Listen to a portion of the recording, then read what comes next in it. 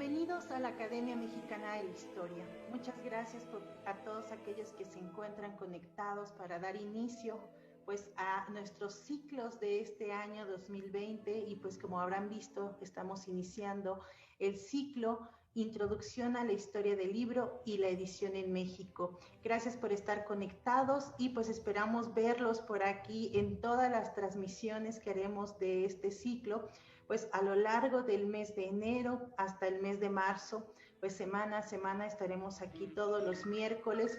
Así que pues vamos a dar inicio. Voy a dejarle los micrófonos a la doctora Garone, quien es coordinadora de este ciclo, para que pues dé inicio formal a nuestra conferencia. Doctora, tiene la palabra. Muchísimas gracias, Yasmín. Buenas tardes a todos.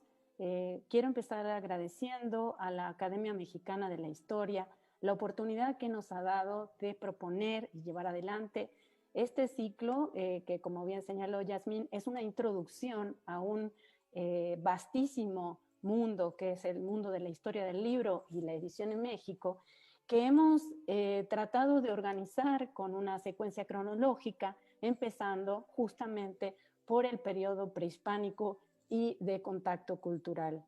Tengo el inmenso placer de presentar a ustedes a la doctora Saeko Yanagisawa, a quien tengo el gusto de conocer. Ahorita estábamos hablando desde hace muchos años, desde que estábamos haciendo el doctorado en el Instituto de Investigaciones Estéticas de la UNAM.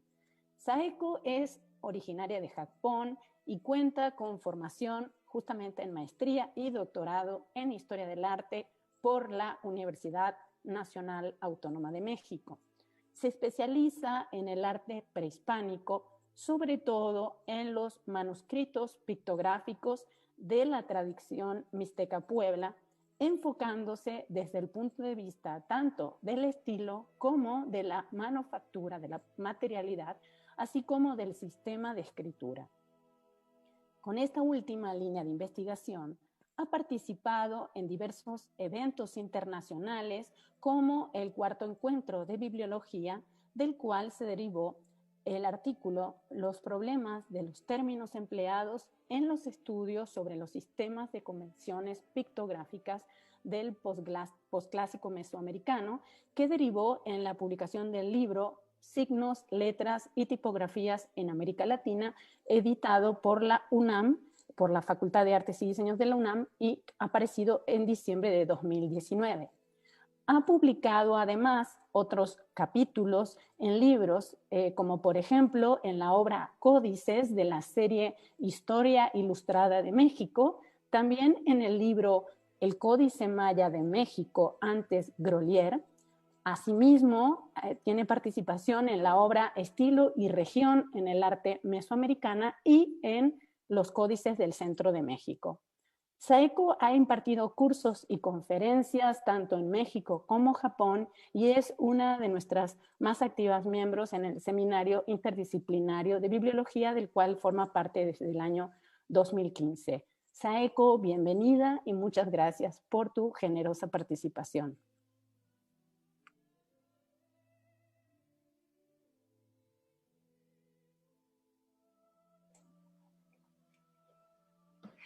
Buenas tardes, muchas gracias Marina y muchas gracias Yasmín. Antes que nada quisiera agradecer a doctora Marina Garone y la Academia Mexicana de la Historia por la invitación de participar en este ciclo de conferencias sobre libros y ediciones en México y todo apoyo técnico que me brindaron. Y también ahora doy gracias a quienes están ahora enfrente de la computadora para escucharme. Entonces, ya podemos iniciar el video, por favor.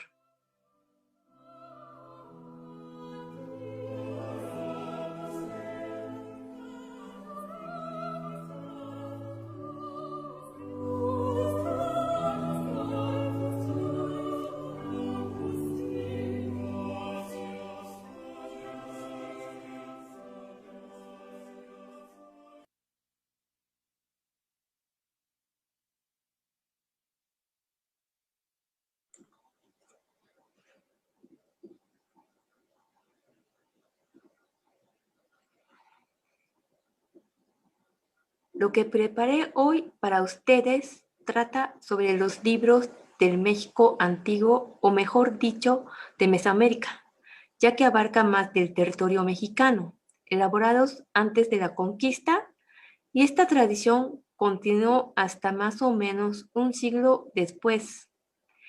Y a estos libros solemos llamar códices. ¿Pero qué significa? El término viene del latín, que significa, según Miguel León Portilla, tablillas donde se escribe.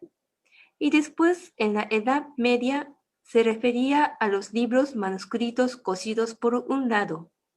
Pero cuando lo aplicamos al mundo mesoamericano, donde no existían libros de tal formato, surge la duda. ¿A qué llamamos los códices mesoamericanos? Llamamos a los libros manuscritos escritos con la tradición indígena. Y la pintura o la pintura-escritura es uno de los elementos característicos.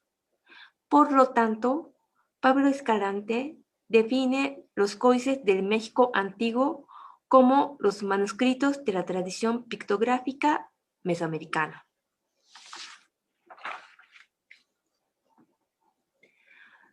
Los códices mesoamericanos son muy variados tanto en formato, tamaño, material, contenido y sentido de lectura. Aquí les presento 3 ejemplos. Uno prehispánico, que es una larga tira de piel curtida, posiblemente de venado, doblada en forma de biombo. Otros 2 son de la época colonial. Uno es de papel europeo de formato de libro encuadernado y otro es un enorme lienzo de tela, por lo general de algodón. Los detalles de cada uno de códices los veremos más adelante. Ahora bien, existen en el mundo más de 500 códices mesoamericanos. La mayoría son elaborados después de la conquista. Y hasta ahora solo existen 14 códices prehispánicos, que son estos. 5 son de la región mixteca de Oaxaca y hay uno más que acaba de aparecer, que se sabe que fue elaborado después de la conquista, pero se incluye al grupo prehispánico por no tener ningún elemento de influencia europea. 5 códices que se conocen como del grupo Borgia, que son de origen diverso, pero comparten el eje temático. Por último, 4 códices mayas que se caracterizan por tener la escritura típica maya. El Códice Maya de México estuvo en polémica por muchos años sobre su autenticidad, pero en 2018 le hicimos varios análisis científicos y académicos exhaustivos y confirmamos que era genuino. Además, que se propone que puede ser el más antiguo de todos los que han sobrevivido. Como salió el tema de la elaboración, temporalidad de elaboración, cabe mencionar que todos son confeccionados en el periodo posclásico tardío, es decir, el último periodo antes de la conquista. Aunque el Códice Maya de México que acabamos de mencionar se propone que data en el posclásico temprano. Necesitamos más estudios para asegurar esta hipótesis. Todos son de formato en biombo de diversas longitudes. Hay desde 1 metro hasta muy largo de 13 metros. La mayoría está pintada en ambas caras. Los mixtecos y del grupo Borgia son de piel, mientras que los mayas son de papel de amate. Del contenido, los mixtecos narran la historia de los gobernantes de esta región y tanto los del grupo Borgia como los mayas tratan del calendario ritual y adivinatorio. Es probable que los nombres de cada códice que están abajo de cada imagen genere extrañeza debido a que aparentemente no tienen relación con México ni con el mundo indígena. Sus nombres vienen de los lugares donde se conservan, a sus antiguos propietarios o bien a algunos estudiosos importantes. De los mayas, la lógica es de poner el nombre de la ciudad donde actualmente se resguardan. Es decir, el nombre completo es Códice Maya de Dresde, Códice Maya de Madrid, Códice Maya de París y Códice Maya de México. De los entre paréntesis son los nombres, otros nombres que casi actualmente está en desuso. De los demás, hay una propuesta por el investigador holandés Martin Jansen y la estudiosa mixteca Aura Pérez de cambiar por los nombres más relacionados con el contenido, pero esta propuesta no ha recibido suficiente difusión. De estos prehispánicos, solo el Códice Colombino de la Mixteca y el Códice Maya de México están aquí en México en la bóveda de códices de la Biblioteca Nacional de Antropología e Historia, que está junto en el Museo de Antropología, mientras que el resto se encuentra en Europa. Hay algunos investigadores que consideran a estos 4 códices como prehispánicos. 3 mexicas y 1, el Tonalámatl de Oban, es probablemente de Tlaxcala. Cabe destacar que todos son de papel de amate. ¿Por qué se han conservado tan pocos códices prehispánicos? Una de las razones es por ser de materiales perecederos. Otras razones son durante la Guerra de la Conquista quemaron también las bibliotecas. Sobre todo la quema de la biblioteca de Texcoco es bien conocida. También hubo destrucciones específicamente de los códices por la lucha contra la idolatría. Pero no solamente los frailes los quemaron, sino también los mismos indígenas los destruyeron para evitar los castigos. También mucho antes de la conquista, se sabe que los gobernantes mexicas Itcóatl y Moctezuma y Luicamina quemaron los códices para elaborar una historia oficial para su pueblo. Aprovecho esta imagen para explicar cómo funciona la pictografía indígena. A pesar de ser 2 personajes distintos, Itcóatl arriba, Moctezuma y Luicamina abajo, las figuras son casi idénticas. Estas figuras humanas no son sus retratos, sino son el signo humano. Por la manta azul, la diadema también azul, el asiento tejido con respaldo, este humano no es un hombre común y corriente, sino que es un gobernante. Y se distinguen por el signo que lleva cada quien en su espalda. Itcóatl, que significa la serpiente de obsidiana, y Luicamina, el que flecha al cielo. Ambos nombres están escritos pictográficamente y agregados como si tuvieran una glosa.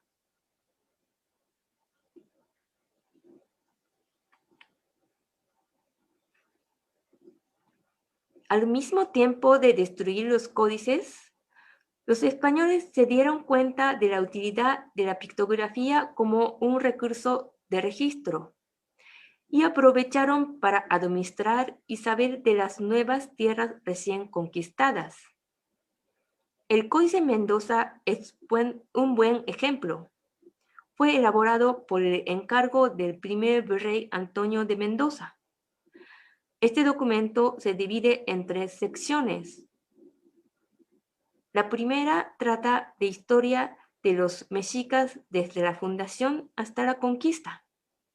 La segunda es una copia de la matrícula de tributos, que es el registro de tributos que pagaban los pueblos al imperio mexica.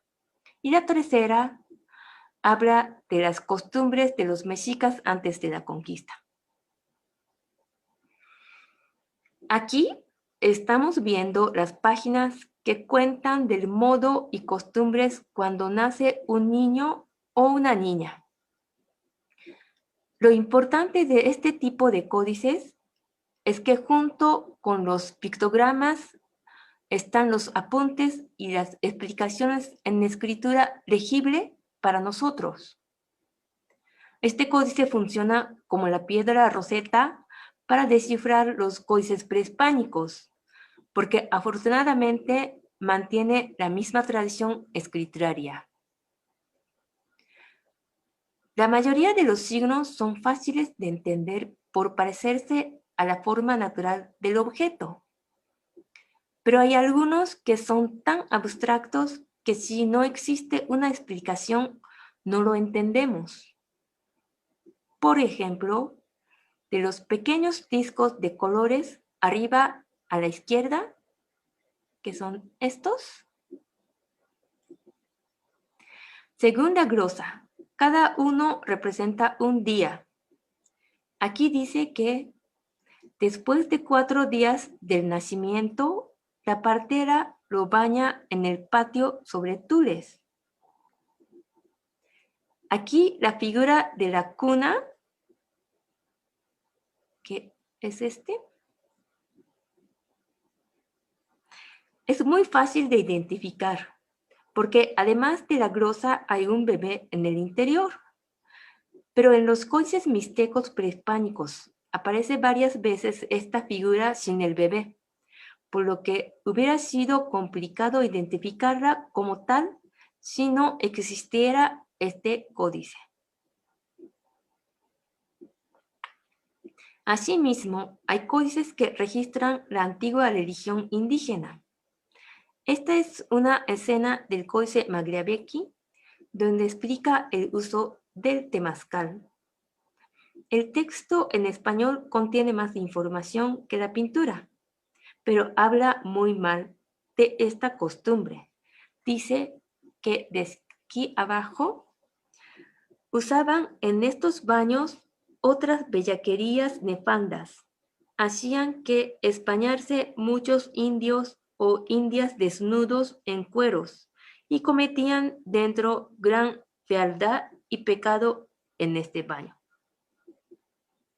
De la pintura se distinguen hombre de mujer por el peinado y la vestimenta.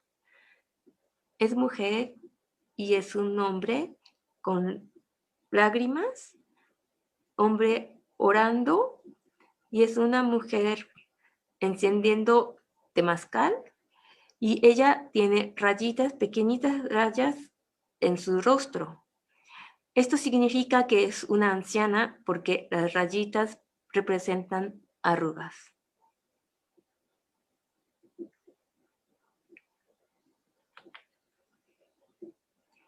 Los códices elaborados en la época colonial temprana son un testimonio de fusión de 2 culturas. El grado de la mezcla del estilo prehispánico y el europeo es muy variado. El Códice Florentino es este. La Enciclopedia de la Cultura Nava del Centro de México, realizada por Fray Bernardino de Sahagún y un grupo de indígenas intelectuales, es visualmente muy europeo. Las pinturas están organizadas como viñetas y tienen las graduaciones de color, así como hay noción de paisaje, y las figuras tienen cierto volumen. Pero comparamos con una lámina de un códice prehispánico, que encontramos varios ejemplos varios elementos estilísticos de la tradición indígena. Por ejemplo, los objetos están flotando en el espacio, todas las figuras están de perfil, evitan la superposición de figuras, se distinguen los personajes por sus atributos y signos agregados al lado, añaden las huellas pisadas para indicar el camino o viaje. Como por ejemplo acá, por mencionar algunos ejemplos.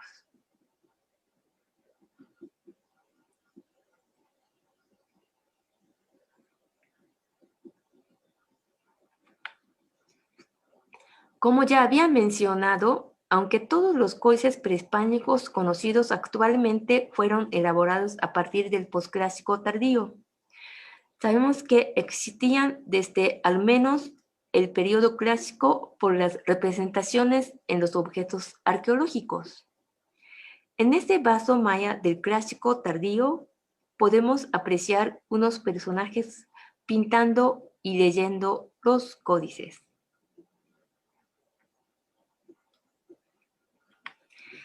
También, como ya mencioné, hay mucha variedad en formato, tamaño, material y contenido. Aquí vemos diferentes formatos como libro encuadernado o tira doblada o biombo, que es una foto de los facsimilares, entonces está hecho de papel, pero original está hecho de papel de amate, que es mucho más grueso.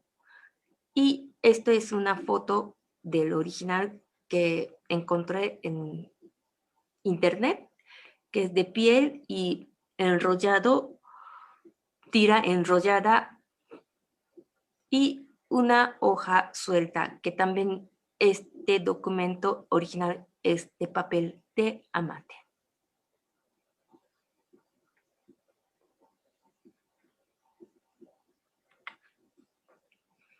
El tamaño es también muy variado. Estos códices, ¿se acuerdan que vimos al inicio de esta presentación? Pero ahora los puse más o menos a escala relativa para que se aprecie la dimensión de diversidad. Hay algunos tan grandes como este.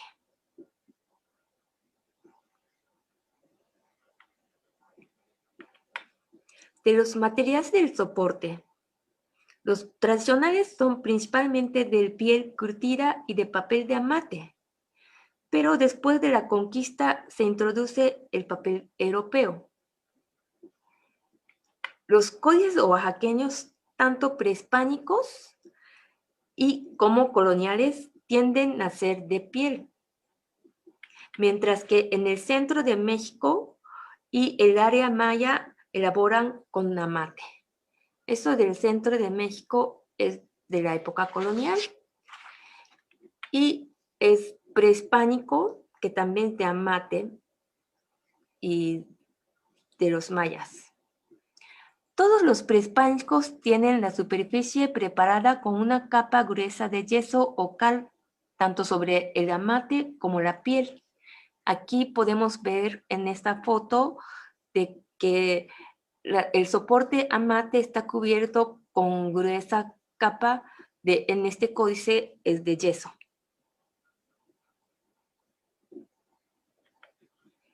Aunque hay muy pocos ejemplos, existen códices hechos de papel de maguey. Según el trabajo de Caroluza González y Gabriela Cruz, de este códice que estamos viendo, publicado en 2013, hasta ese momento solo existen 7 códices con este material y se producía solo en la región de Puebla y Tlaxcala en el siglo XVI. Muchos mapas de gran tamaño, como acabamos de ver, suelen ser de tela. A estos mapas de tela normalmente llamamos lienzo. Es un formato muy común en Oaxaca, Veracruz y Michoacán y es muy raro en el Valle de México.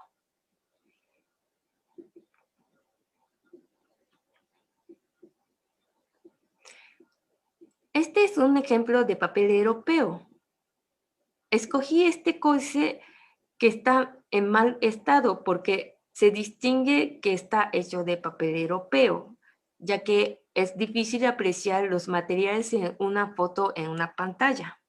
Y este códice con este estado porque fue mojado por una inundación. Hay mucha variedad en la forma de lectura. Horizontal, de derecha a izquierda o viceversa, de derecha a izquierda y de abajo a arriba. O también en este caso de derecha a izquierda y sube de izquierda a derecha y sube de derecha a izquierda, abajo a arriba en zigzag. O este caso que sube y derecha a izquierda y sube derecha a izquierda. O también esto como vertical de abajo a arriba, arriba a abajo, abajo a arriba, de derecha a izquierda en zigzag. Y como este caso, rodeando sobre el marco de la figura, que es muy interesante. La lectura es así. Pero hay más formas diferentes de lectura.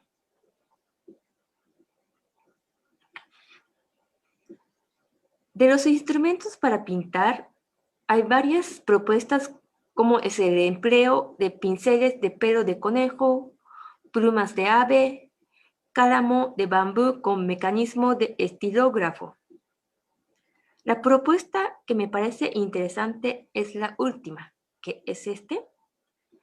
Kevin Terraciano analiza la entrada pluma para escribir en el diccionario del Mixteco español del siglo XVI de Francisco de Alvarado, cuya traducción literal del mixteco al español es hueso que se escribe en papel.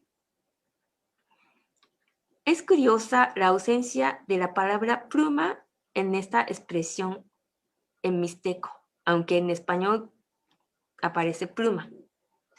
Esta propuesta del uso del hueso se sustenta por lo que reporta María Isabel Álvarez y Casa, quien observó las líneas de incisión debajo del contorno de las figuras en el original del códice prehispánico Laúd del grupo Borgia.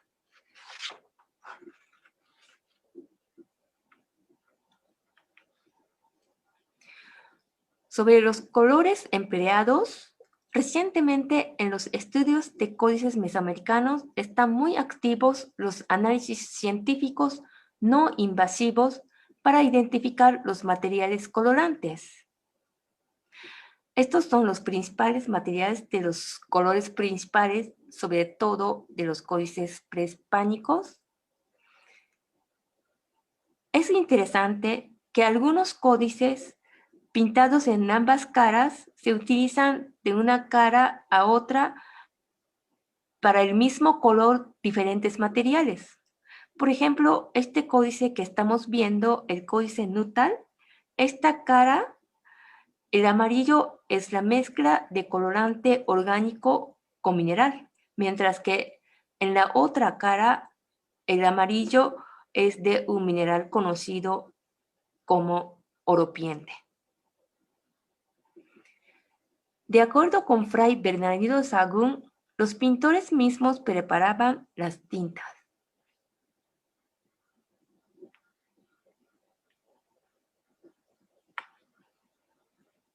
Ahora veremos de qué nos hablan los códices. Pablo Escalante propone dividirlos en estos 5 tipos, pero no es sencillo hacer una clasificación, dado que dentro de un documento puede encontrarse más de un tipo o un mismo documento puede ser clasificado de varios tipos. Un ejemplo del tipo religioso es el Códice Borbónico. Esta lámina se trata del ciclo de fiestas anuales y narra un evento histórico que ocurrió en el año 2 Caña, que corresponde a 1507. 2 Caña, en el mes de Panquetzalistli.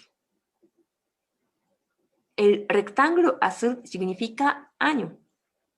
Es un juego de palabras, ya que en náhuatl la palabra xivitl significa tanto año como turquesa. Es la fiesta para encender el fuego nuevo que los mexicas celebraban cada 52 años. Esta ceremonia representada en esta lámina es la última que se realizó antes de la llegada de los españoles. El lugar donde ocurrió es el actual Cerro de la Estrella, representado por el signo toponímico cerro y el árbol de huizache. Y sobre el cerro se ve una tabla, la cual es el instrumento con que se enciende el fuego. Y el fuego lleva hasta al templo.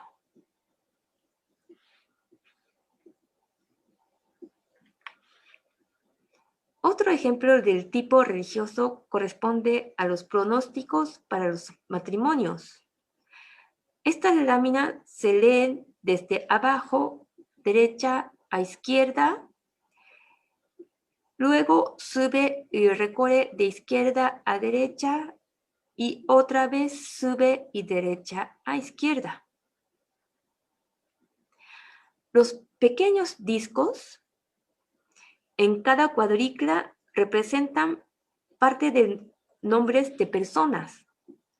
En la época prehispánica, la fecha del nacimiento forma parte de su nombre. Por ejemplo, yo nací en 4 de enero y me llamo, aparte de Saeco, la señora 4 de enero, algo así. No es exactamente así, pero para explicar un poquito simple y que entienda que los nombres pueden tener números. El pronóstico consistía en la suma de los números de los nombres de la pareja. Y aquí agrandé una parte y la suma es de 21. Y los investigadores Fernando Anders, Martin Janse y Luis Reyes García interpretan esta escena como la manera que está en este texto, ¿no? El hombre pintado de azul tiene punzones en la cabeza y un manojo de palma en la mano, vida de piedad y autosacrificio. También su mujer es devota, hace ofrenda de rajas de ocote con una pelota de hule. Ambos están sentados sobre trono de piel de jaguar, posición de mando. Olla llena de jade, abundancia. Plato con brazo, sustento por vencer a otros. Luz del sol, claridad, hermosura, fuerza. Es una propuesta de interpretación de estos autores de esta lámina. Y aquí también podemos ver que se distingue hombre y mujer por su vestimenta y peinado.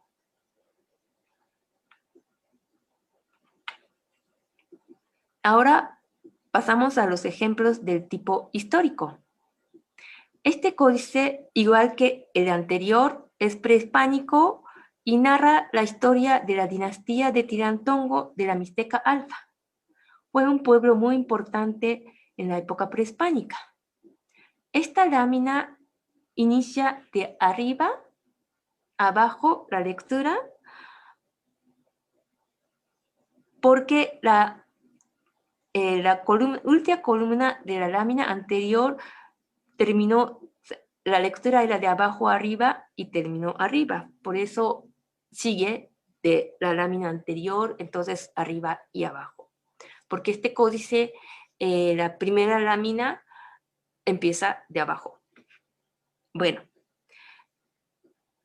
entonces, arriba, abajo, abajo, arriba, abajo, arriba, en zigzag. Entre los mixtecos, los personajes que traen el huipil son mujeres y suelen tener su cabello trenzado con moños de colores, como esta o estas. Y los hombres llevan simplemente un braguero, como este, o vestido largo con franjas de colores. Y voy a agrandar esta lámina.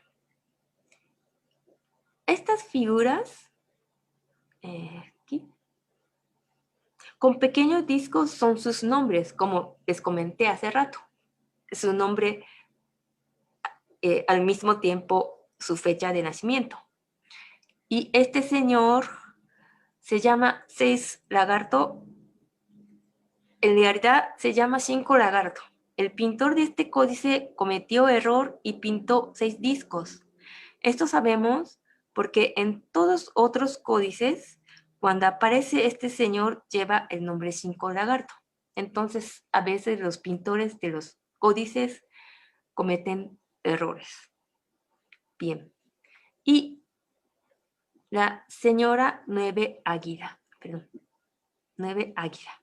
Sentarse frente a frente dentro de un palacio significa matrimonio. La fecha de su boda es el año 6 Pedernal, que corresponde al 1044 en nuestro calendario. Y el día es 7 Águila. Aquí en los códices mixtecos, el año se representa como este signo, con este signo como la letra A, porque está escrito en mixteco y no en náhuatl. Entonces no funciona ese juego de palabras que vimos en el boribónico. Estos 3 personajes son sus hijos con sus respectivos nombres. Aquí, aunque no aparece la figura del señor, esta mujer sentada sobre un cojín forrado de piel de jaguar dentro de un palacio es la segunda esposa del señor Lagarto. Su nombre y la fecha de la boda.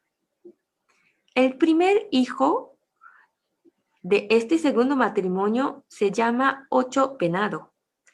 Es un personaje muy importante en la historia antigua mixteca y es el protagonista de varios códices de esta región. Aquí, Ocho Venado se está casando con la señora 13 Serpiente, sentados frente a frente en un palacio y además porta un vaso de chocolate. Y abajo aparecen sus hijos.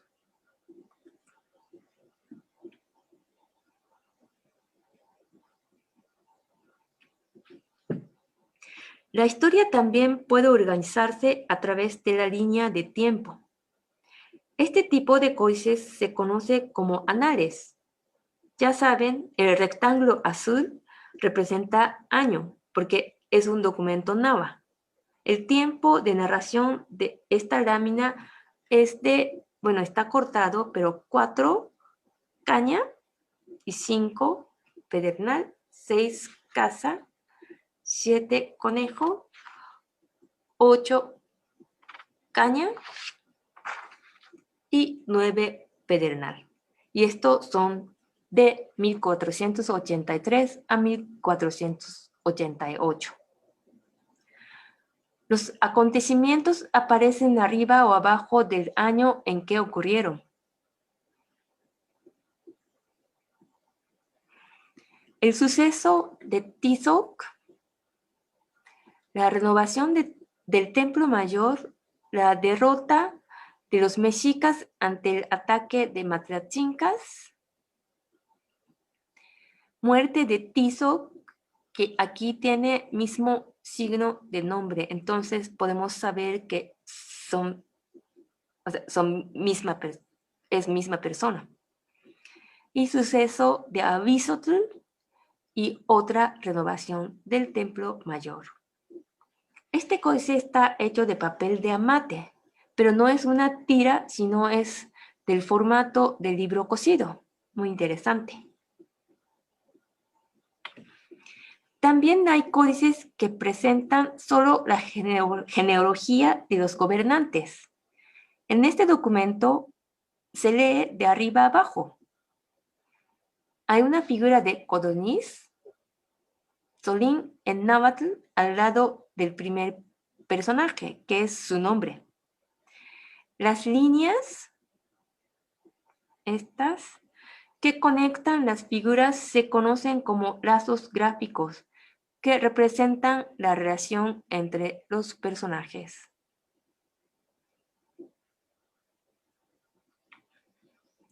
La historia puede estar metida en un mapa. Es el caso del Códice Xolotl. Cuenta la llegada de los chichimecas al centro de México y la fundación e historia de Texcoco. Tiene glosas en náhuatl. Aquí vemos Popocatépetl y es el lago Texcoco, Xochimilco y Chalco. Y aquí vemos Chapultepec, Culhuacán. Y aquí está Teotihuacán y Tula. Y el personaje protagonista es Xolotl y su hijo Nopaltin. Y las rutas de su recorrido marcan por las huellas pisadas, como esto que está muy chiquito y difícil de ver, pero aquí, por ejemplo, también aquí están recorridos todo el documento. Y Xolotl y su hijo son chichimecas que están representados vestidos con pieles, mientras que los toltecas, los civilizados, vestidos con telas de algodón.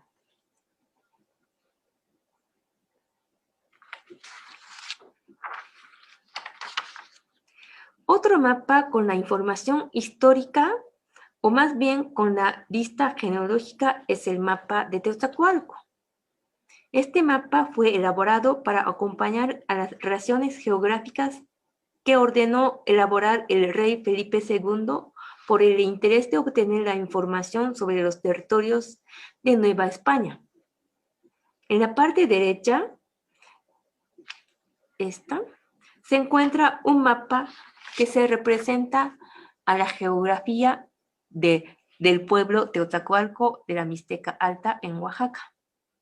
Se aprecian sierras, ríos y caminos con huellas humanas y huellas de caballo. El oriente está situado arriba del mapa, indicando por la representación del sol. El círculo marca los linderos del pueblo y los signos alrededor de él son mojoneras o marcadores sagrados. Recientemente, Manuel Germán tiene un proyecto de localizar geográficamente estos topónimos. En la parte izquierda del documento vemos dos columnas de la lista genealógica. Que está. En el caso de la Mixteca, la genealogía se lee desde abajo hacia arriba, como igual que los códices mixtecos prehispánicos. El templo, aquí, de la esquina inferior izquierda, es el signo toponímico de Tilantongo, y el otro templo que está un poquito más arriba es el de Teotihuacán. Este documento informa que el linaje de Teotihuacán tiene el origen en Tilantongo, que es el privilegiado pueblo de la Mixteca Alta. Aunque están muy chiquititos, pero aquí está el 8 venado y su padre 5 lagarto.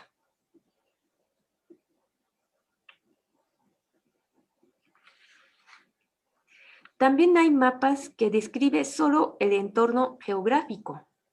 Este mapa forma parte de un documento de litigio contra el encomendero por los habitantes de Tepetzalóstoc, de la región de Texcoco, en el Estado de México. El objetivo del mapa es presentar la ubicación del pueblo que está acá, Tepetzalóstoc, los elementos de la tradición indígena como la forma de los cerros, las zonas rocosas con diseños cuadriculados, que es este, o los signos toponímicos, se mezclan con la representación de paisaje estilo europeo.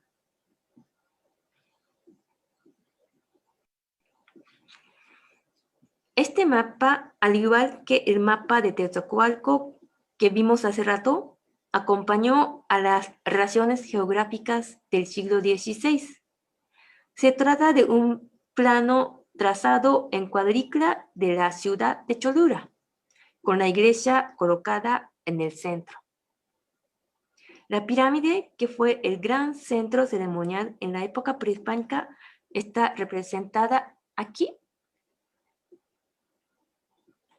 por la glosa tanto en escritura alfabética, que está, como pictográfica.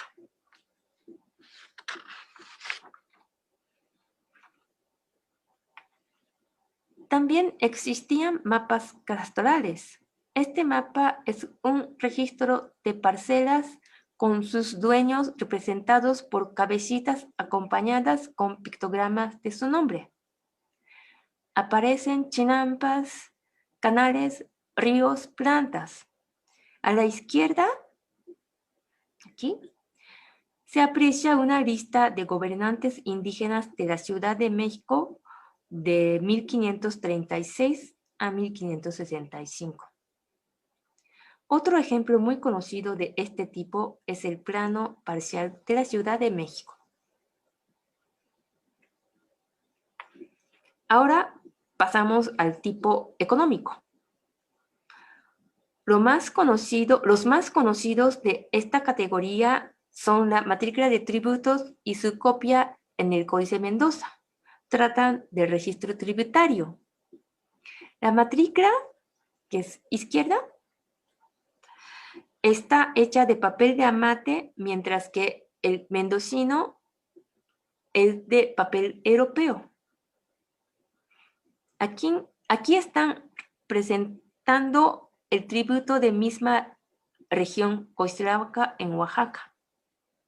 Aunque los elementos que están en ambos códices son los mismos, están colocados de diferente manera.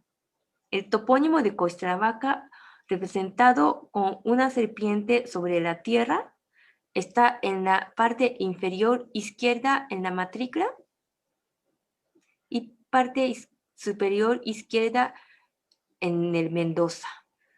Y la organización de los topónimos de la región es diferente, ¿no? Y la matrícula es de izquierda a derecha y abajo, y aquí está, ya casi no se ve, pero sube hacia arriba.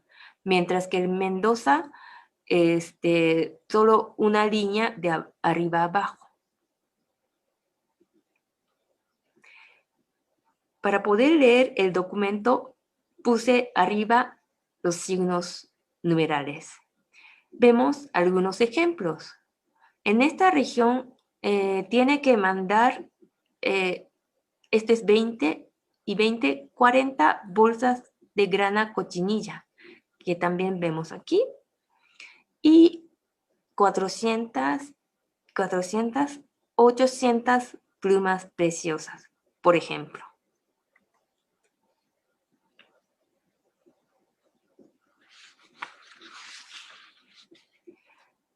También existen documentos de inventarios. Estas joyas del poderoso hechicero indígena Martín Ocelotl fueron encontradas y registradas después de su aprehensión y traslado a España para encarcelarlo perpetuamente.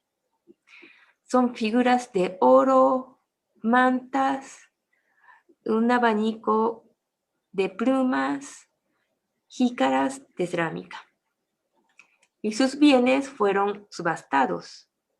Quiero agregar el destino final del hechicero Martín Oceltl. Según Fray Juan de Torquemada, su barco hacia España se perdió en el mar y no se sabe más de él.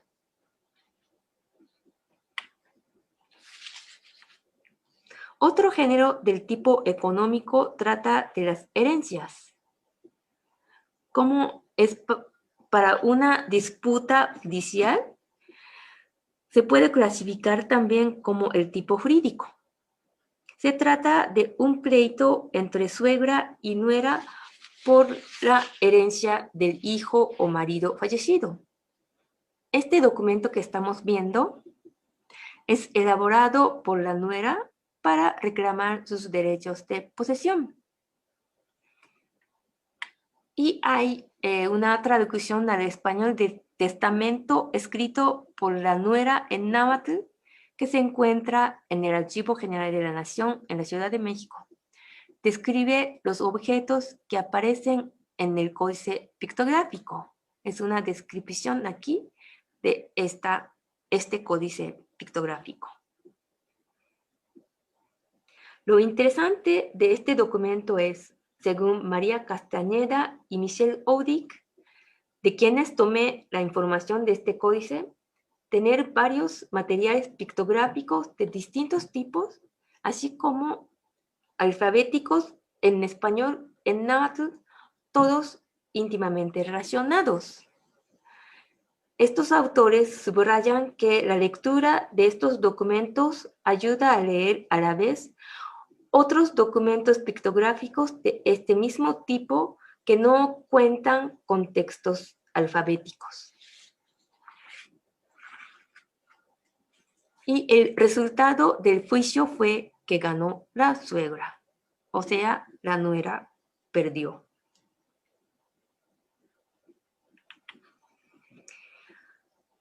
Del tipo jurídico podemos encontrar en la tercera sección sobre la vida cotidiana de los mexicas en el Códice Mendoza.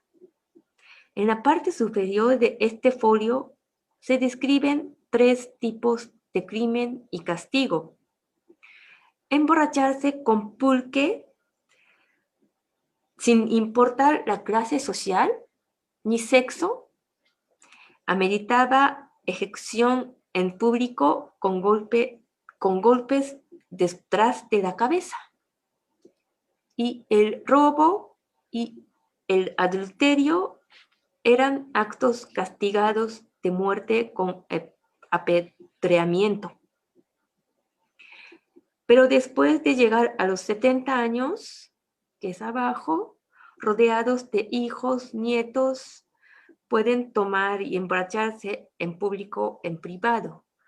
Y representa los 70 años, ahora no un rectángulo, sino más bien un disco de mosaico de turquesa. Y ya saben, esto, la banderita, significa 20. Entonces 20, 40, 60, más 10, 70. Y se acuerdan de un personaje con rayitas en el rostro, representan un anciano y es, bueno, las 2 ancianas.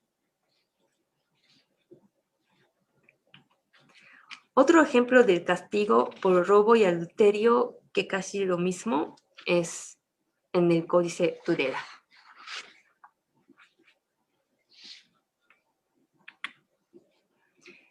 Surgen nuevos tipos después de la conquista. Por ejemplo, ya vimos varias veces los registros de las costumbres de la sociedad indígena del Códice Mendoza pueden clasificar como un nuevo tipo el género etnográfico. Aquí podemos observar la vida de un hombre o una mujer mexica desde los 11 hasta los 15 años. De aquí 11, 12, 13, 14, 15 y es como la cantidad de las tortillas que pueden comer y las actividades. Y los educan sus padres y luego van a la escuela y también se casan.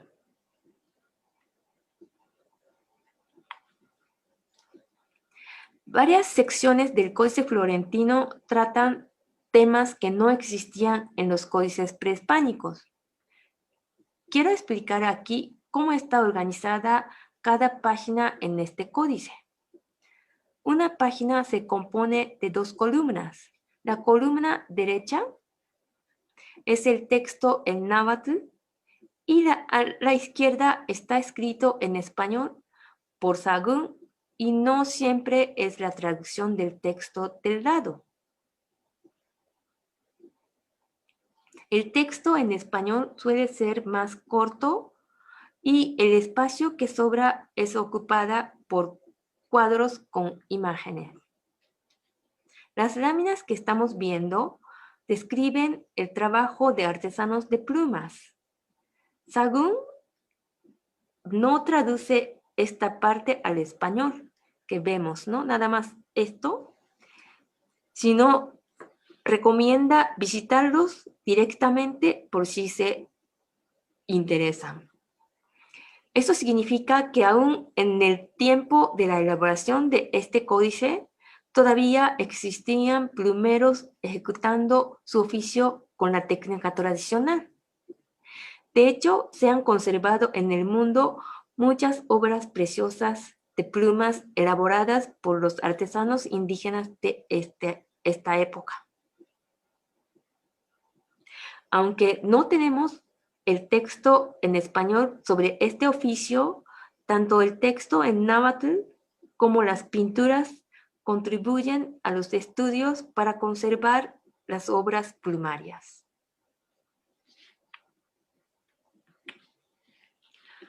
Los libros de historia natural también son nuevos géneros de la colonia. Son descripciones de faunas y floras de la Nueva España. En ellos se pueden apreciar la habilidad de los pintores de fusionar el estilo tradicional y el europeo.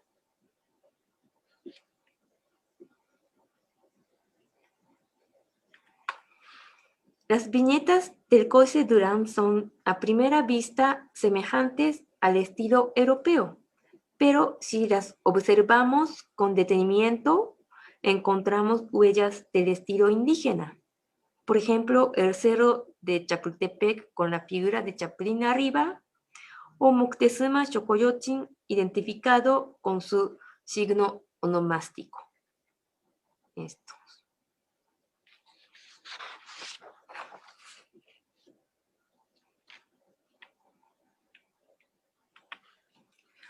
Desde el siglo XIX existían variedades de ediciones facsimilares de diversos códices y gracias al avance tecnológico cada vez más se mejora la calidad y aparecen ediciones con fotos de excelente calidad con precios accesibles. Por ejemplo, las ediciones especiales de la revista arqueológica cuestan menos de 100 pesos y además de traer fotografías de excelente calidad, tiene interpretación por lámina de investigadores distinguidos.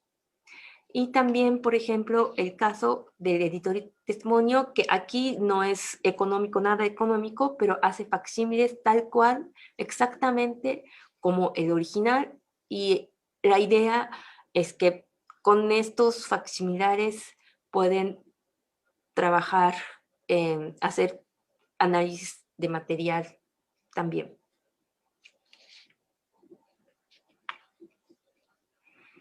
Además, ahora hay varios sitios web donde se puede ver, incluso bajar las fotos digitales de códices.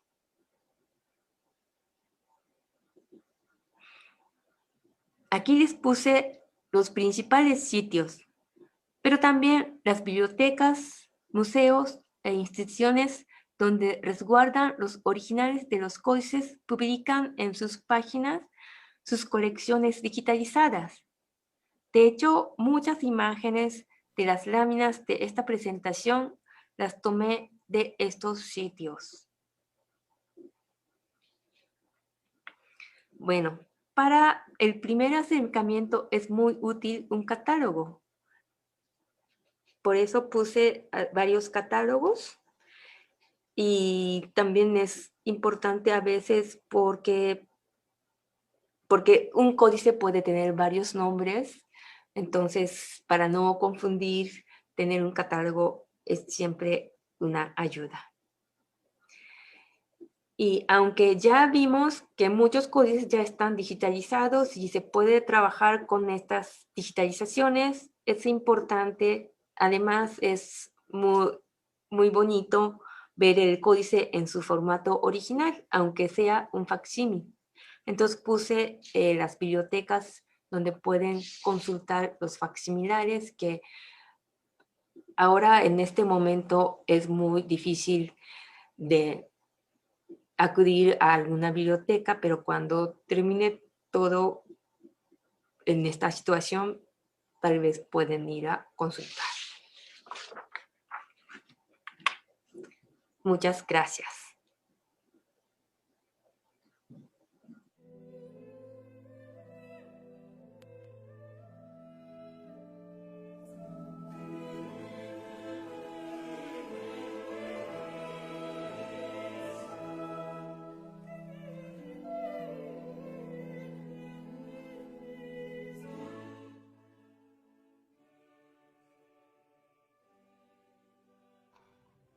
Pues acabamos de escuchar la conferencia, la primera sesión de este ciclo. Gracias a todos los que siguen conectados y están dando continuidad pues al ciclo y a la conferencia del día de hoy de la doctora Saeko. Y pues voy a dejarle la palabra a la doctora Garone. Recuerden que estamos atentos para sus comentarios, sus preguntas sobre la conferencia. Vamos a escuchar a la doctora Garone y después a la doctora Saeko para las preguntas y respuestas. Muchísimas gracias, Yasmín. Y bueno, Saeko, también una enorme gratitud por una ponencia tan didáctica, tan amplia, en un recorrido realmente vasto de un tema muy apasionante. Quiero puntualizar que prácticamente tocaste los temas clave, empezando con una perspectiva de la materialidad, digamos, de las evidencias, de lo que nosotros podemos observar y apreciar, haciendo este gran recorrido desde los géneros, los soportes, los sistemas de escritura, formatos, estructuras, instrumentos escriptorios. Y bueno, pues nos han llegado varias preguntas. Obviamente es un tema apasionante, inacabable, y quisiera leer algunas de las preguntas, no voy a ir en orden, después Yasmín me irá mandando algunas.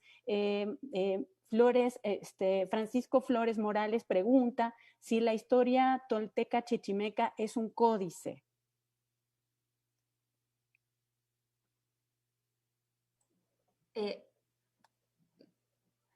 ¿Contesto? Sí, por favor. Perdón, sí. Bueno, sí es un códice, sí. Es que todo lo que tiene que ver con la tradición indígena, o sea, llamamos códices. Entonces, hay códices que solamente no tiene pintura, solamente textos. Por ejemplo, códice Chimalpain, y no lo traté aquí. Y no, entonces, al principio dije que una de las características de los códices es tener pintura, pero a veces no tiene pintura, ¿no? Pero sí, entonces, historia de Tolteca Chichimeca también es un códice. Perfecto. Bueno, Miguel Sosa nos hace una pregunta que creo que muchas personas se hacen. ¿Cómo se interpretan los códices? ¿Cómo sabemos, en realidad la pregunta de corazón es, ¿cómo sabemos que la interpretación es correcta? Es decir, hay como una cosa ahí como de magia, de cómo podemos identificar eso y cómo nos podrías decir un poquito quizá tal vez de la historiografía, de cómo empezó esta parte de la interpretación y la decodificación de los sistemas de escritura, porque no hay solamente uno.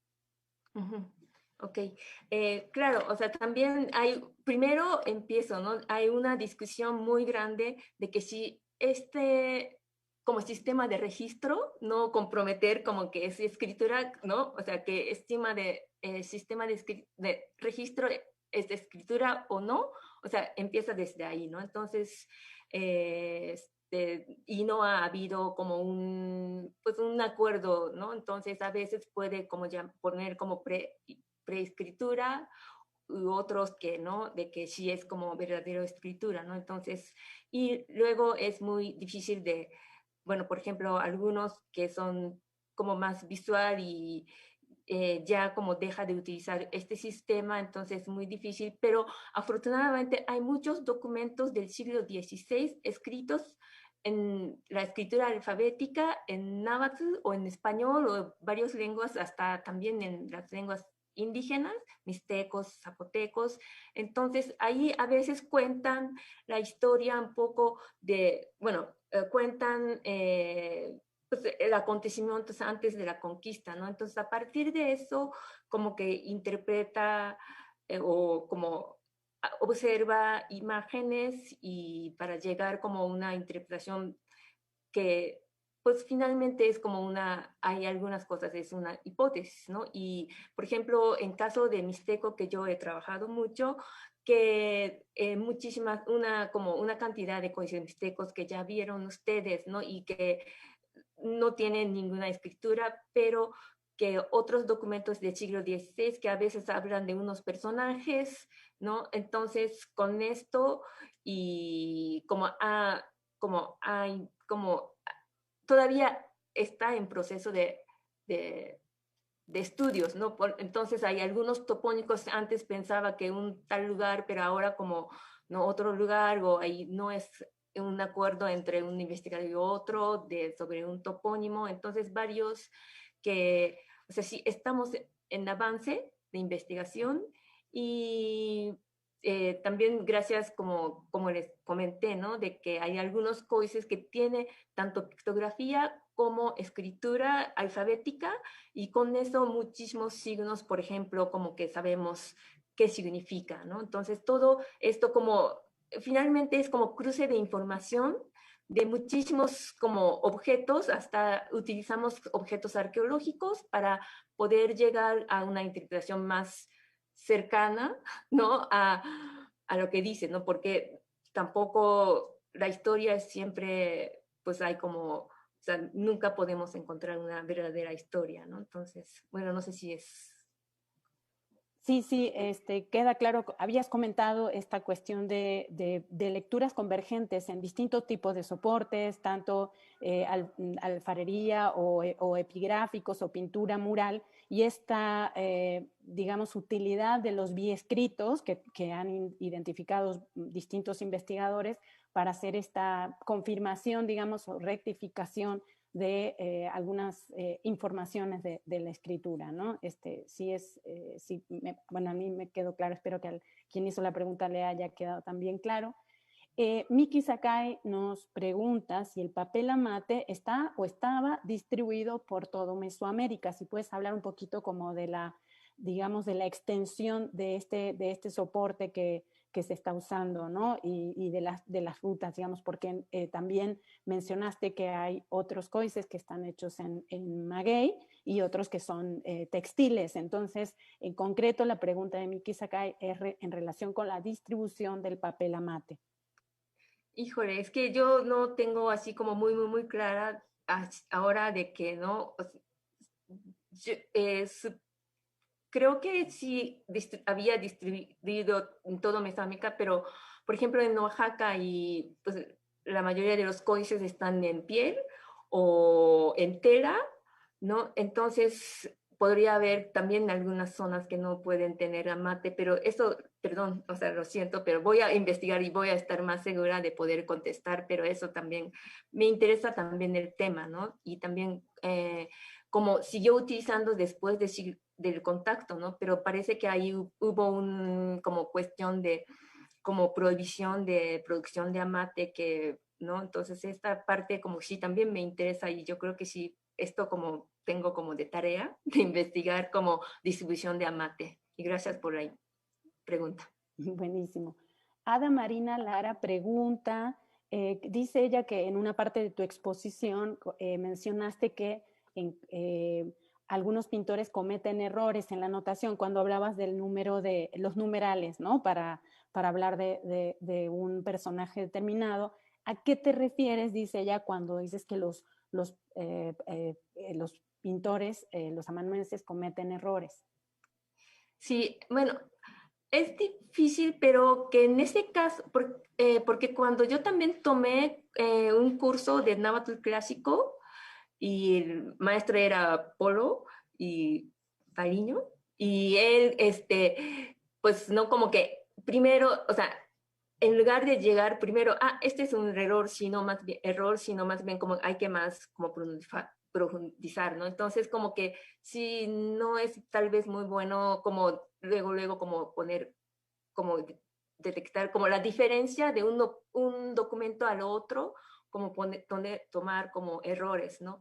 Pero en ese caso del señor Cinco Lagarto, es que en todos otros documentos y en otras partes, o sea, sí, él sale como Cinco Lagarto en ningún momento, ¿no? Entonces, bueno, siempre como cinco Lagarto y en ningún momento se es lagarto, ¿no? Entonces eso se sospecha que sí, también ha habido, pues, como este tipo de errores, o no sé si el pintor o a lo mejor alguna intervención posterior, o no se sabe, pero sí el dato de particularmente esta lámina para este personaje, sí, yo creo que sí estuvo mal, ¿no?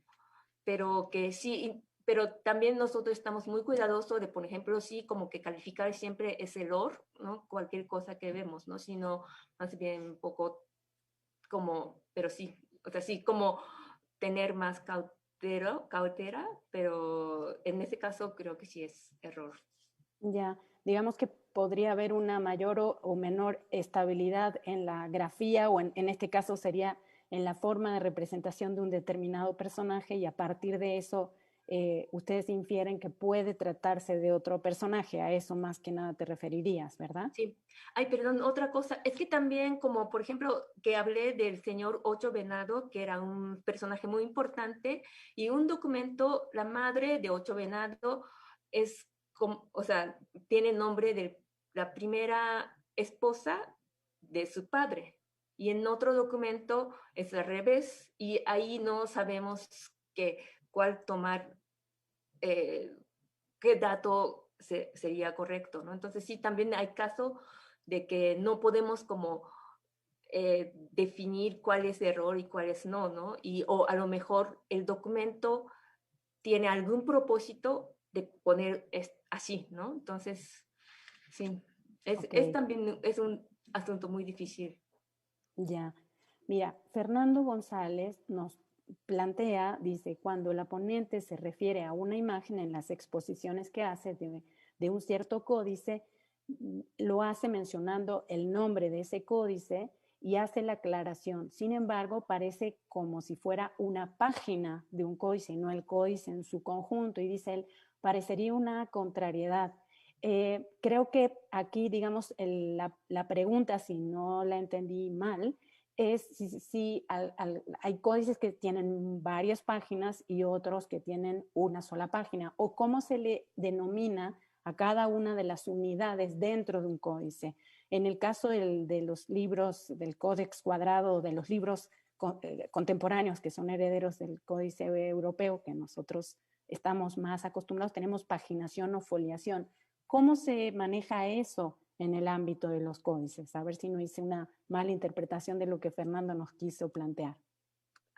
Ok, sí, también vi esta pregunta y como que no entendía bien, pero claro, o sea, sí es una pregunta, yo creo que es muy, muy buena, porque si yo tal vez así como inconscientemente usaba página, lámina, cualquier, ¿no?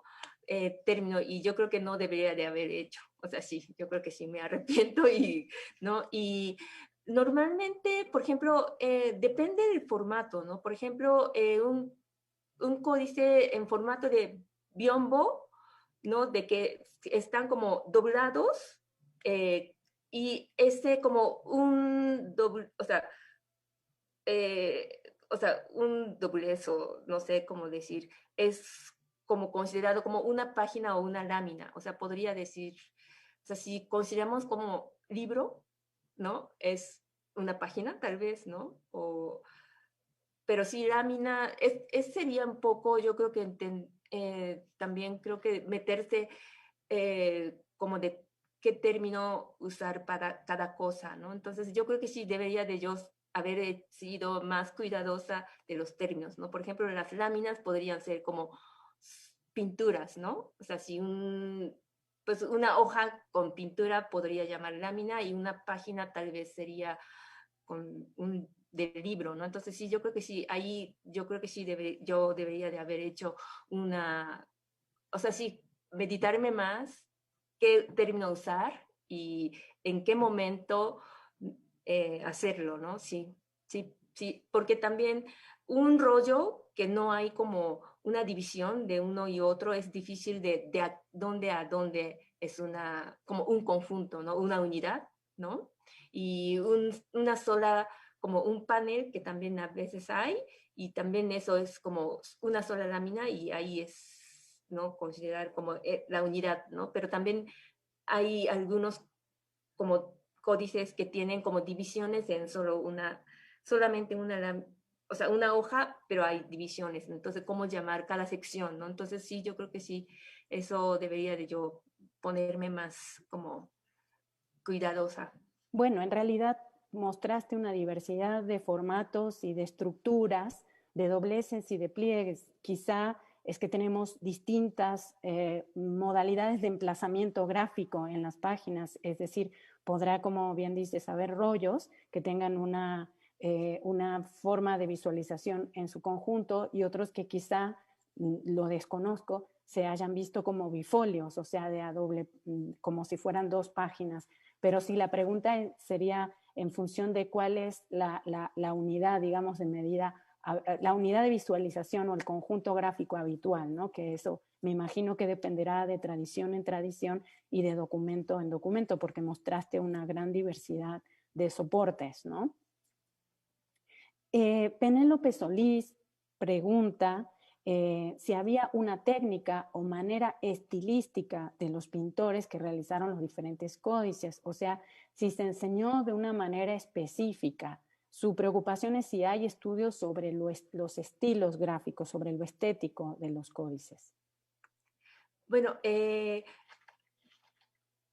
sí, sí, hay como varios trabajos que hablan del estilo, ¿no? Por ejemplo, aquí también es también difícil porque normalmente dividimos como lo prehispánico y lo colonial, ¿no? Un poco, ¿no? Y lo prehispánico, como les había dicho, que solo existen han sobrevivido de la época la posclásica tardía, ¿no? Entonces, y del anterior no sabemos cómo estaban, ¿no? Pero de los posclásico tardío, o sea, los que están ahí sobre vivos, ¿no? O sea, existentes, de los prehispánicos están pintados o escritos en un estilo que se llama Mixteca Puebla, que este estilo, por ejemplo, también podemos ver en pintura mural o cerámica, o también bajo relieves y en varios como objetos. Y, por ejemplo, eh, como que comparten tanto como la región oaxaqueña como Puebla, Tlaxcala, que se supone que es donde viene un grupo de códices que se llama Grupo Borgia, ¿no? Pero también Grupo Borgia no se sabe bien de todos los códices como dónde vienen, ¿no? Entonces, pero parece que este estilo por estudio de cerámica, por ejemplo, o comparación con objetos arqueológicos, es como desarrolló en centro de México hacia Oaxaca, ¿no? En esa zona, como Puebla, Tlaxcala, Oaxaca y valles centrales, ¿no? Ahí, y compartía este estilo, pero también diferencias regionales y diferencia de grupo cultural, ¿no? Entonces, lo que también ha habido muchos estudios de comparación estilística, distinguir como qué diferencia regional había o también si dentro de la Mixteca hay dos estilos diferentes, o es que también diferencia es muy sutil, ¿no? Pero este y este como son como dos estilos parece que es diferentes, ¿no? O un grupo y otro grupo de los mixtecos, entonces eso podría ser como diferencia temporal, ¿no? O sea, sí, el estilo compartía al menos posclásico tardío, al menos los mayas, que tenía mucha influencia de este estilo del centro de México, que ya ustedes también saben que hay zonas arqueológicas como Chichén Itzá o Mayapán, que no ya en el posclásico y posclásico temprano y tardío como empieza a tener influencia del centro de México, ¿no? Entonces, sí, en los códices mayas que tienen también influencia del estilo del centro de México, pero la diferencia es que tiene escritura típica maya, que eso no encontramos en el centro de México, ¿no? Entonces, seguramente los pintores, o sea, manejaban este estilo para elaborar los códices y otros como tipo arte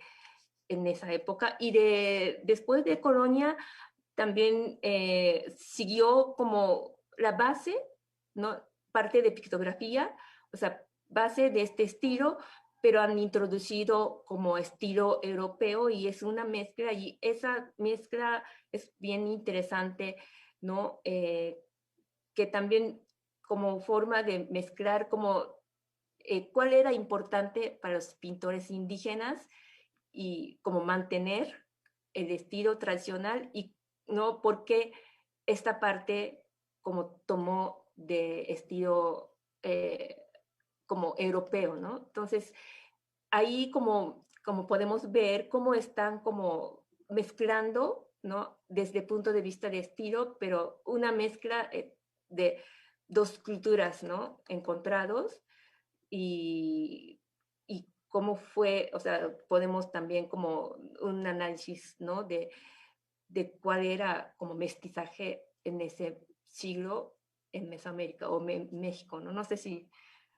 Sí, sí, sí, sí. contesté. Tenemos, está muy bien, gracias. Tenemos más preguntas. Nos pregunta Flores Morales, no veo su nombre de pila, si los mapas como el de Cuautinchan del siglo XVI se pueden considerar códices y que narran historias o geografía.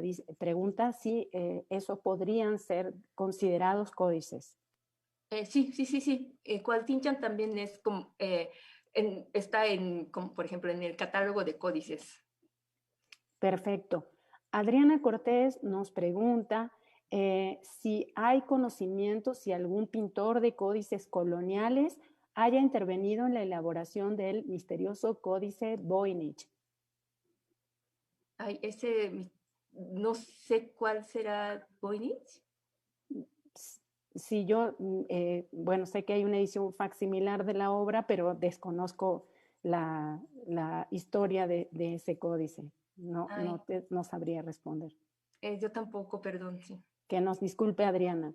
No. Marcela Rodríguez pregunta si había costumbre de registrar en los códices a alguno de los autores o artistas que los elaboraban, o bien a quien se encargaban, es decir, si hay en el caso de los códices esta tradición de marcar la autoría o poner quienes estaban a cargo de la elaboración o de la producción. Por ejemplo, de prehispánicos no había esta costumbre y también colonial, como hasta yo donde sepa, creo que hay como, no había esta tradición de poner como nombre el autor. No sé si tú sabes algún caso. No en realidad, digo, de manera un poco indirecta y velada en el Florentino, en el libro 2, se mencionan, no con nombre y apellido, pero sí Sahagún menciona la participación de los sabios, pero no con nombre y apellido, al menos no desde el punto de vista de la autoría clásica, ¿no? De lo que entendemos a nivel de los libros europeos, digamos. Lorena nos pregunta si hay evidencia de correcciones de las erratas de los pintores en los códices, si se sabe algo de esos procesos de elaboración y corrección, quizá inclusive con yeso o con el liquid paper prehispánico. Claro, sí, sí, sí, hay. Por ejemplo, también lo interesante de los códices, bueno, también de colonial y prehispánico, pero yo, por ejemplo, he trabajado más de prehispánicos y un códice no es como un objeto ya una vez termina y ya ahí se queda, sino más bien ha habido como después del tiempo, ha habido repintes, parches,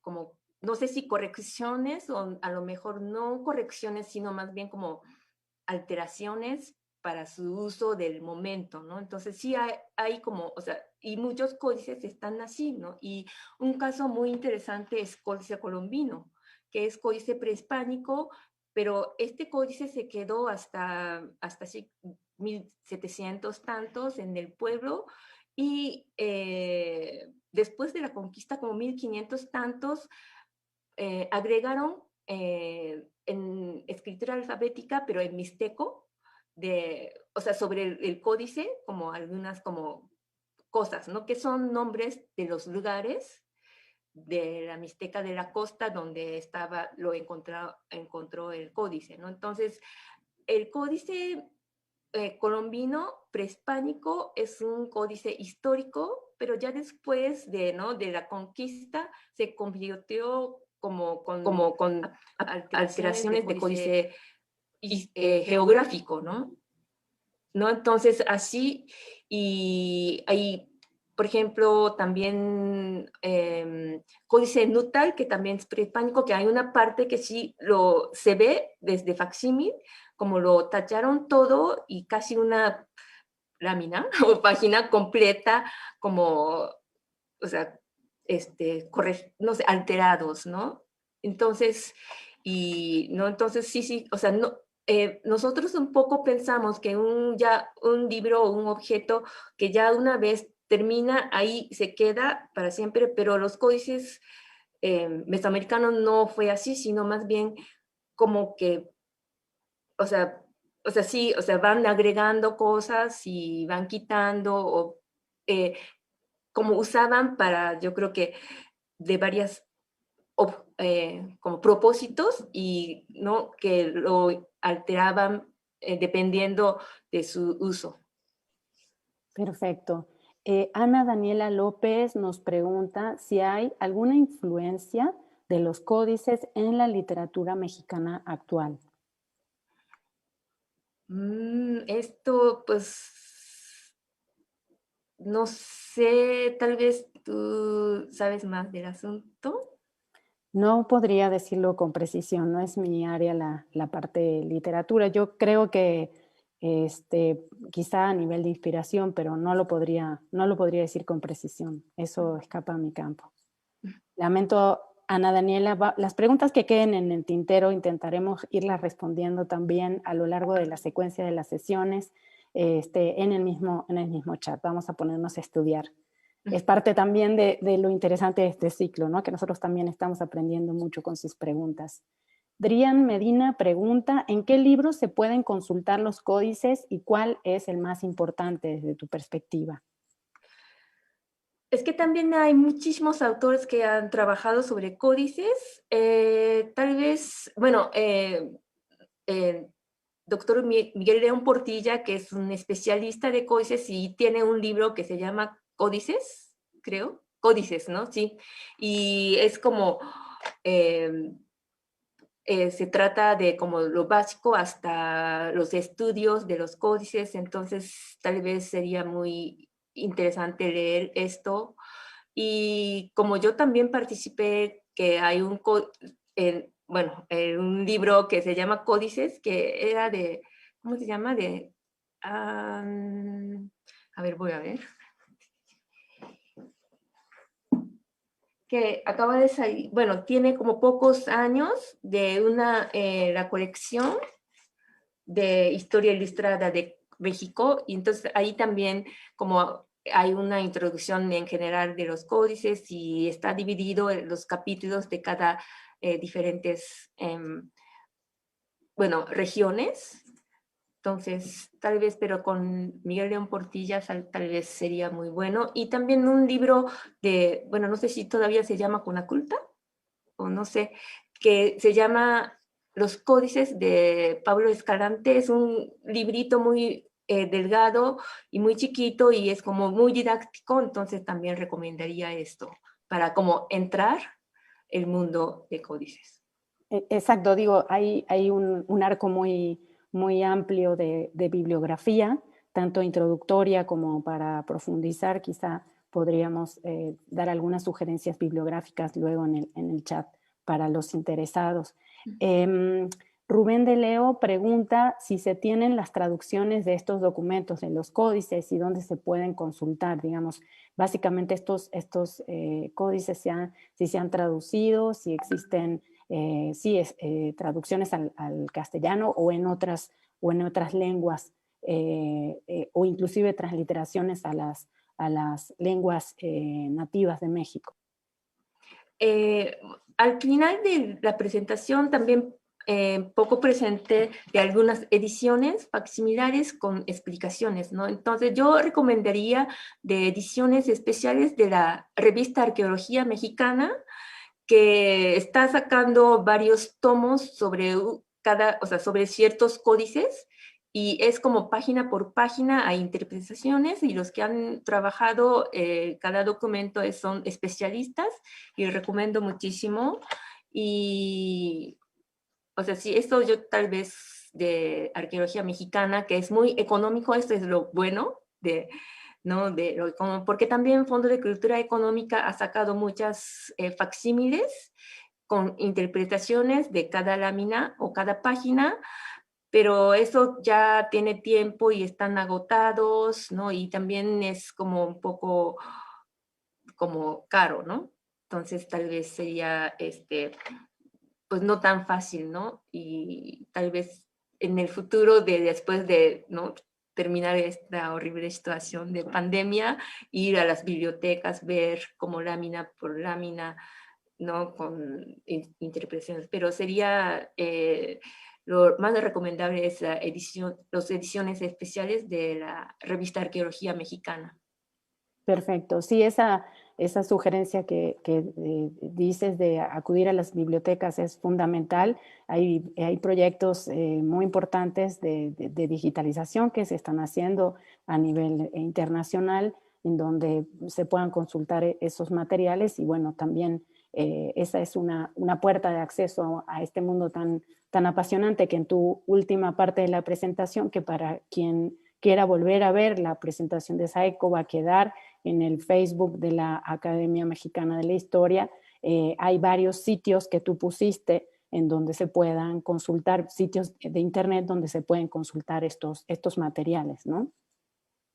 Pregunta Durruti de Alba, si pudieras comentar algo sobre la edición del Códice Florentino que se está preparando en Estados Unidos, si tienes alguna noticia de eso. No sé si sea el trabajo del propio Kevin Terraciano, que es más o menos reciente.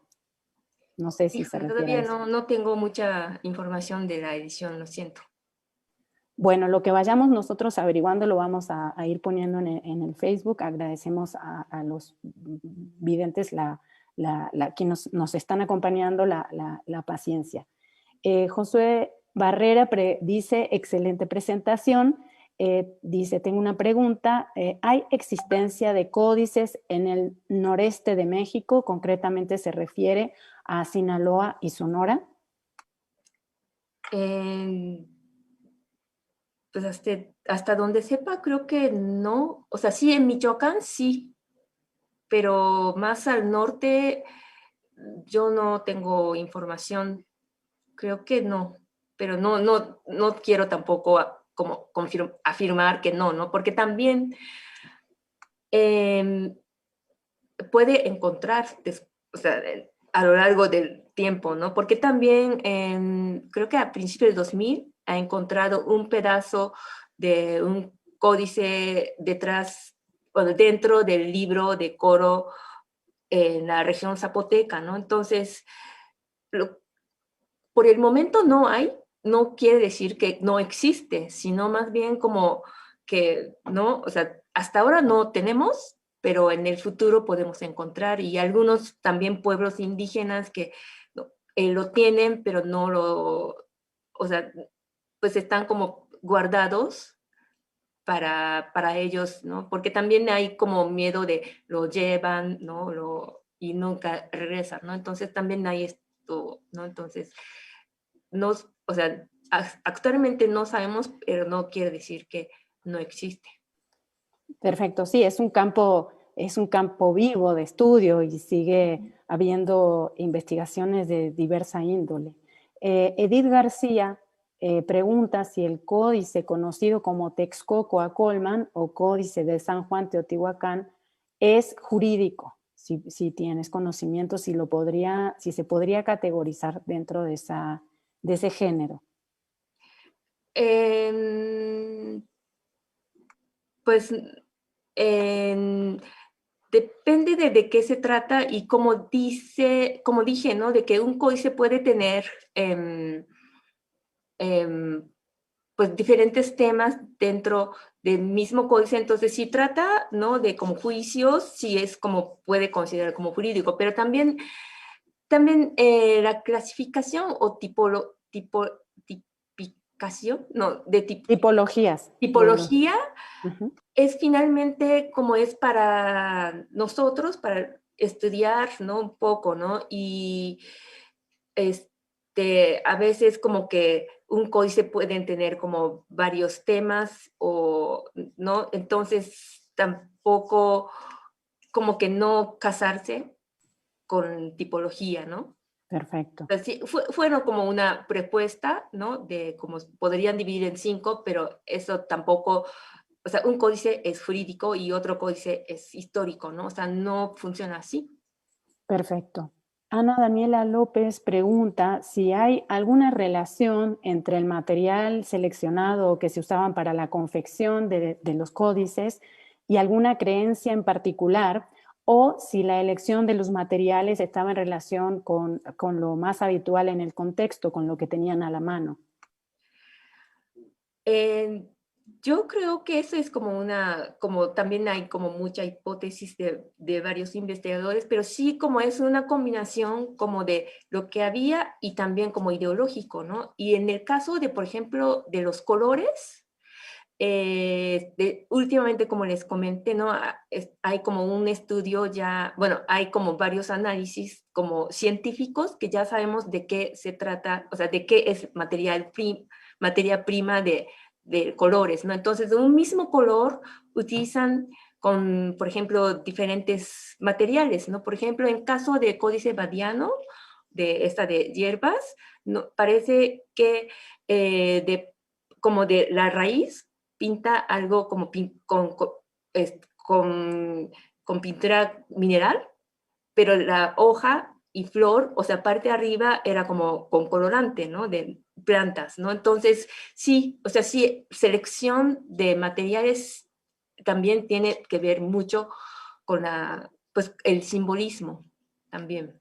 Uh-huh. Entonces hay una combinación, digamos, de ambos factores, ¿no? El ideológico y también el de accesibilidad. Sí. Nuestra querida Laura Esponda pregunta, en los códices pictográficos, ¿cómo determinan actualmente la dirección de la lectura en el momento de la interpretación? ¿Cómo saben en qué sentido se debe leer un códice? Ok, bueno, por ejemplo, esto es como de prehispánicos, ¿no?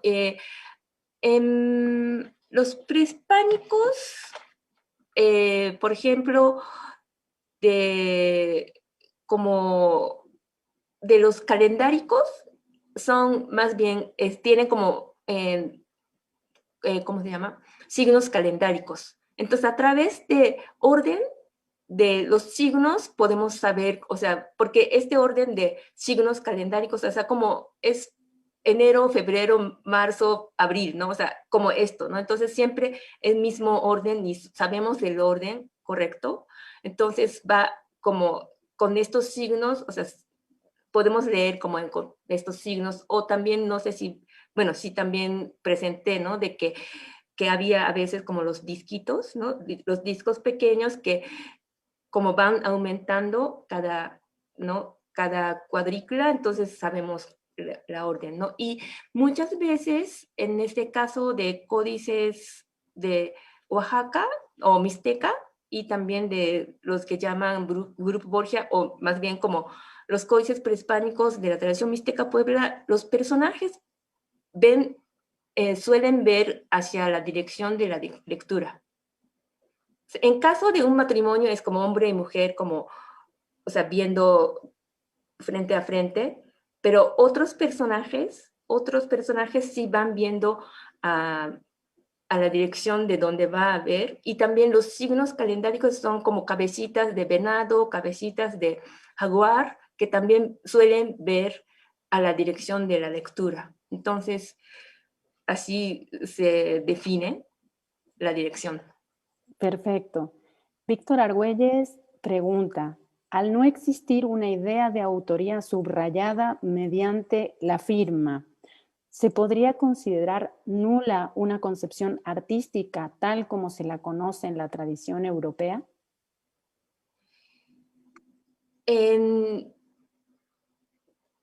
Desde como una de las características del arte mesoamericano, desde la época más antes, hasta, bueno, antes de la conquista,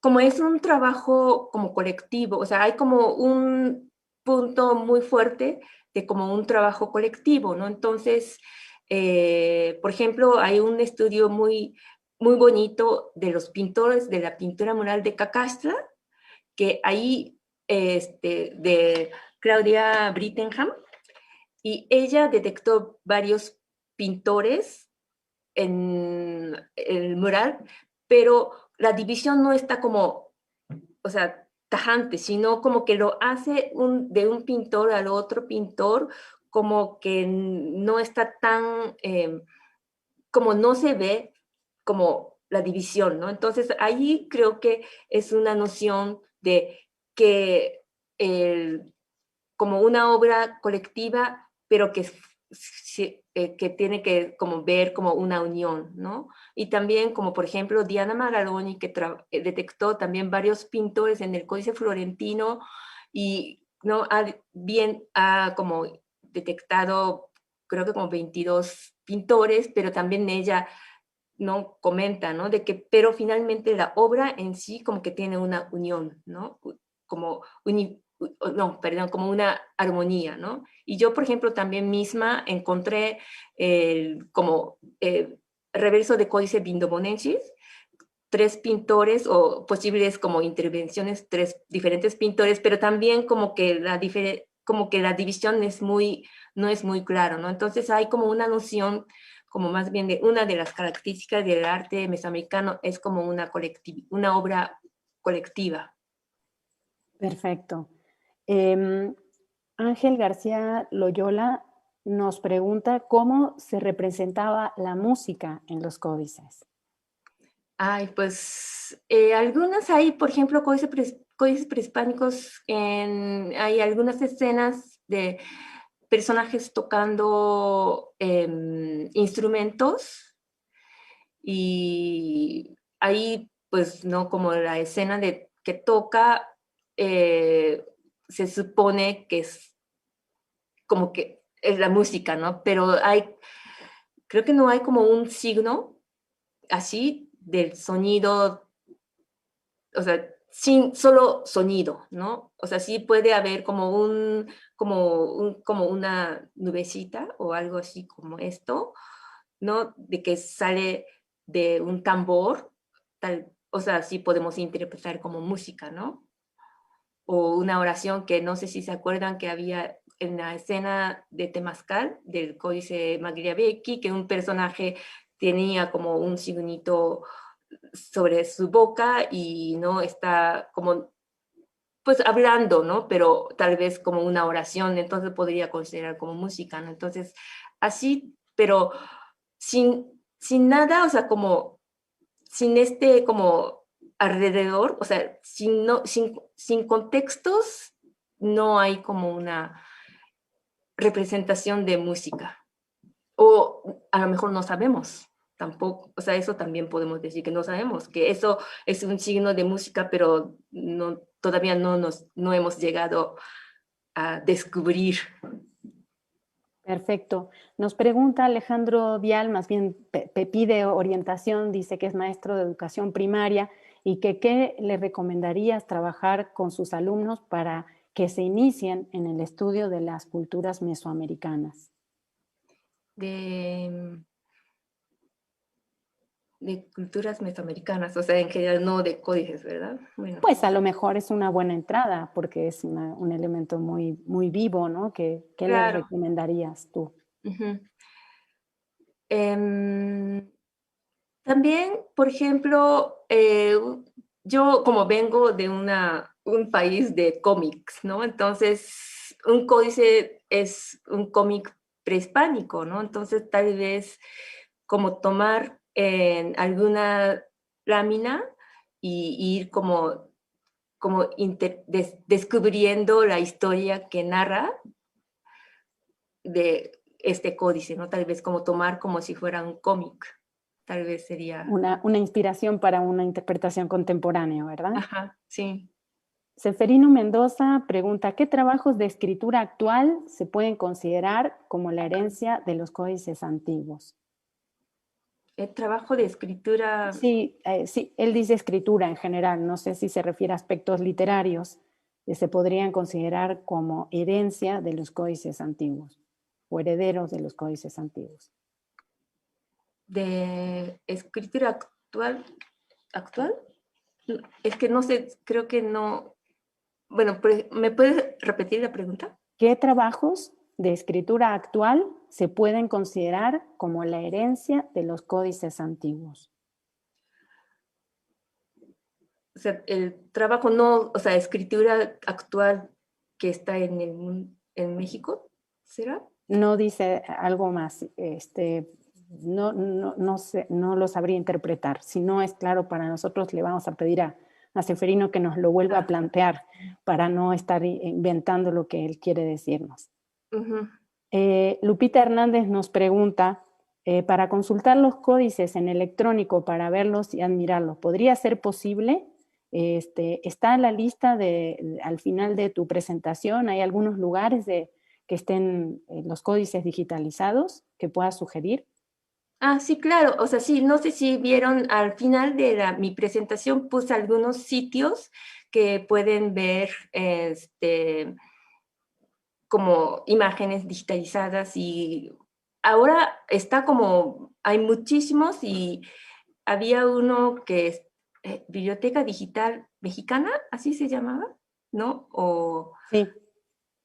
¿no? Ahí está la mexicana y está la mundial, que también mundial, tiene. ¿no? Los dos tienen también como códices y no es una imagen tan buena, pero de el sitio de FAMSI también encontramos, pero también, como les dije, que las instituciones, las bibliotecas y los museos que tienen originales de algunos códices, tienen a veces como suben en su página como parte de sus colecciones. Entonces, tal vez, por ejemplo, yo ahí, como también dije, ¿no? De que la mayoría de las imágenes de mi presentación tomé de estos sitios. Entonces, si ustedes ven en las presentaciones de otra vez y tiene como una liga, ¿no? Ahí, o sea, sí, eso es, tomé, ¿no? Un poco, también como un poco evitar de, ¿cómo se llama? De derechos de autores de imágenes.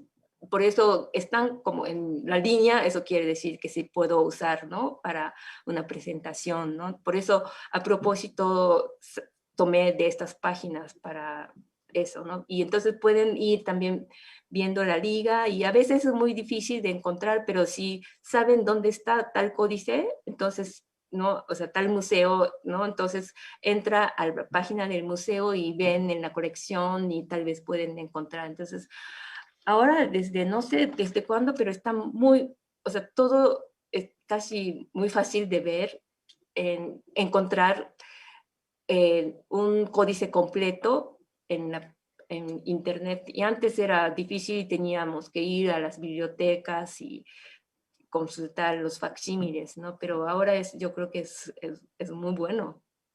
Ya. Sí, yo creo que ese es un proceso en general que la consulta de documentos y libros va paulatinamente ampliándose y abriéndose, y en esta coyuntura en la que estamos actualmente atravesando también ha favorecido esas políticas de apertura, y muchas bibliotecas nacionales, la Biblioteca Nacional de México, muchas de América Latina y de otras latitudes están en esa dinámica. Finalmente, Raúl García pregunta, ¿se les llama títulos primordiales a los que realizaron los pueblos indios con el propósito de defender sus tierras en litigios legales antes de la audiencia? O sea, su pregunta es si a eso se le denominan títulos primordiales. También hay como unos documentos que se llaman títulos primordiales, que sí, justamente es para como legitimar, ¿no? La posesión de la tierra, y sí, así se llama. Pues, Saeko, hubo muchísimas preguntas, otro tanto de felicitaciones y de agradecimientos por tu exposición tan didáctica y tan meticulosa. Por mi parte también quiero agradecer muchísimo tu disposición y tu generosidad, y sin duda también a la academia. Antes de dar paso a Yasmín, antes de despedirnos, quisiéramos invitarlos el próximo miércoles en punto de las 5 de la tarde a nuestra siguiente sesión de este ciclo, que va a estar a cargo del doctor Salvador Reyes Equiguas, en torno al patrimonio escrito náhuatl, historia de su estudio y edición en el caso concreto de los cantares mexicanos, ¿no? Entonces, por mi parte, sería todo por hoy. Quiero agradecer profundamente a todas las personas que nos acompañaron y que nos siguieron. Nos comprometemos a tratar de responder, y si alguna pregunta no fue bien interpretada por mí o no respondía a cabalidad, podemos dar el seguimiento en la propia página de Facebook, o que se dirijan al correo de la academia para que nos la hagan llegar, y nosotros a su vez a los ponentes. No sé, Yasmín, si quieras hacer algún comentario o si damos ya por concluida la sesión del día de hoy.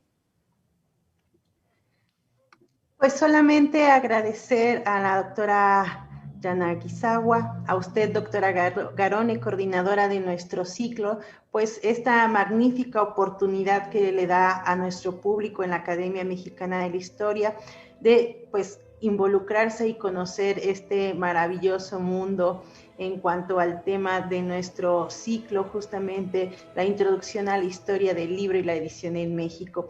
Pues nada, los esperamos ya a todos. Muchas gracias por haber estado atentos a nuestra transmisión. Y pues la próxima semana nos vemos. Los invitamos a que revisen también las actividades que ya están agendadas por parte de la academia para nuestros próximos ciclos, y en este ciclo pues darle continuidad. Muchas gracias por todos sus comentarios. Ya la doctora Garone, la doctora Saeko leerán las felicitaciones y los agradecimientos por esta conferencia. Pues nos vemos la próxima semana. Hasta pronto.